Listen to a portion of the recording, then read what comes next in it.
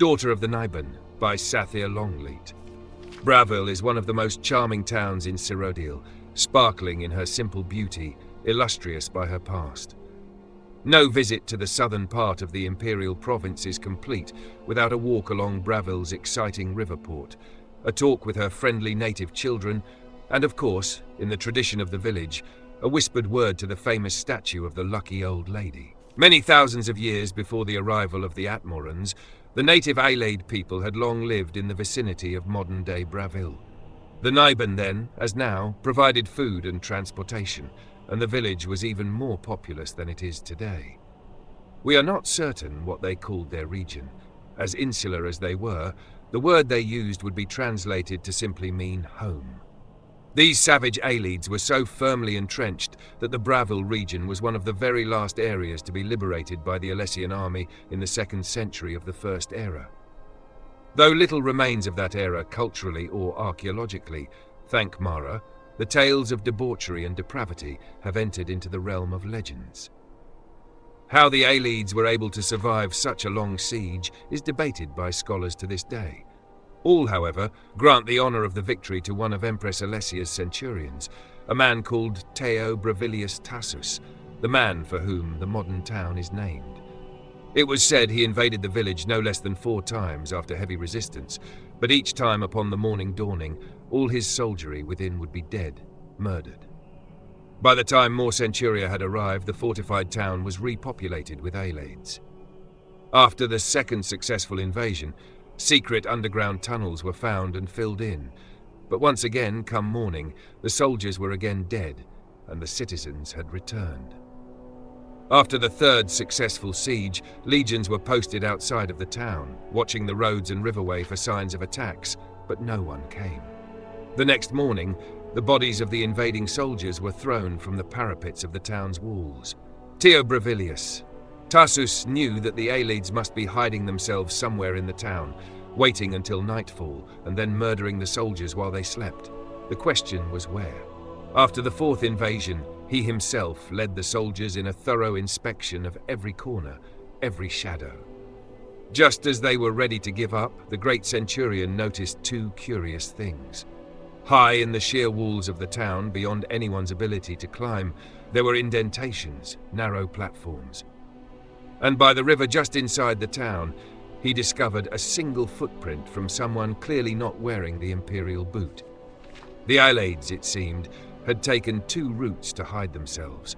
Some had levitated up to the walls and hidden themselves high above, and others had slipped into the river, where they were able to breathe underwater. It was a relatively easy task once the strange elves spied. Even stranger hiding holes had been discovered to rout them out, and see to it that there were no more midnight assassinations of the Empress's troops. It may seem beyond belief that an entire community could be so skilled in these spells hundreds and hundreds of years before the Mages Guild was formed to teach the ways of magicka to the common folk.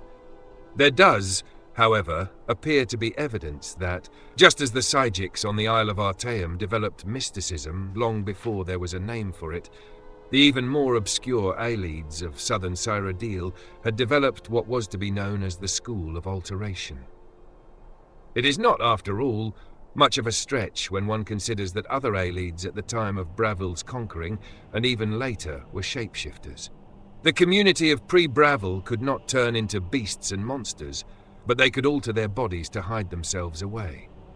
A related and useful skill, to be sure, but not so effective to save themselves in the end. Very little is left of the Aelid presence in Bravil of today, though architectural marvels of other kinds are very evident. As beautiful and arresting as the benevolence of Mara Cathedral and the Lord's Palace are, no man-made structure in Bravil is as famous as the statue called the Lucky Old Lady. The tales about the lady and who she was are too numerous to list. It was said she was born the illegitimate daughter of a prostitute in Bravil, certainly an inauspicious beginning to a lucky life. She was teased by the other children, who forever asked her who her father was. Every day she would run back to her little shack in tears from their cruelty. One day a priest of Stendar came to Bravil to do charitable work. He saw the weeping little girl, and when asked, she told him the cause of her misery. She didn't know who her father was. "You have kind eyes and a mouth that tells no lies," replied the priest after a moment, smiling. "You are clearly a child of Stendar, the god of mercy, charity, and well-earned luck." The priest's thoughtful words changed the girl forever. Whenever she was asked who her father was, she would cheerfully reply, "I am a child of luck." She grew up to be a barmaid, it was said, kind and generous to her customers, frequently allowing them to pay when they were able to. On a particularly rainy night, she gave shelter to a young man dressed in rags, who not only had no money to pay, but was belligerent and rude to her as she fed him and gave him a room. The next morning, he left without so much as a thank you. Her friends and family admonished her, saying that she had to be careful. He might have even been dangerous. A week later, a royal carriage arrived in Bravil with an imperial prince within. Though he was scarcely recognizable, it was the same young man the lady had helped. He apologized profusely for his appearance and behavior, explaining that he had been kidnapped and cursed by a band of witches, and it wasn't until later he had returned to his senses. The lady was showered with riches, which she, of course, generously shared with all the people of Bravil, where she lived to a content old age. No one knows when the statue to her was erected in the town square, or who the artist was, but it has stood there for thousands of years, since the First Era. To this day, visitors and Bravilians alike go to the lucky old lady to ask for her to bless them with luck in their travails. Just one more charming aspect of the charming and very lucky village of Bravil.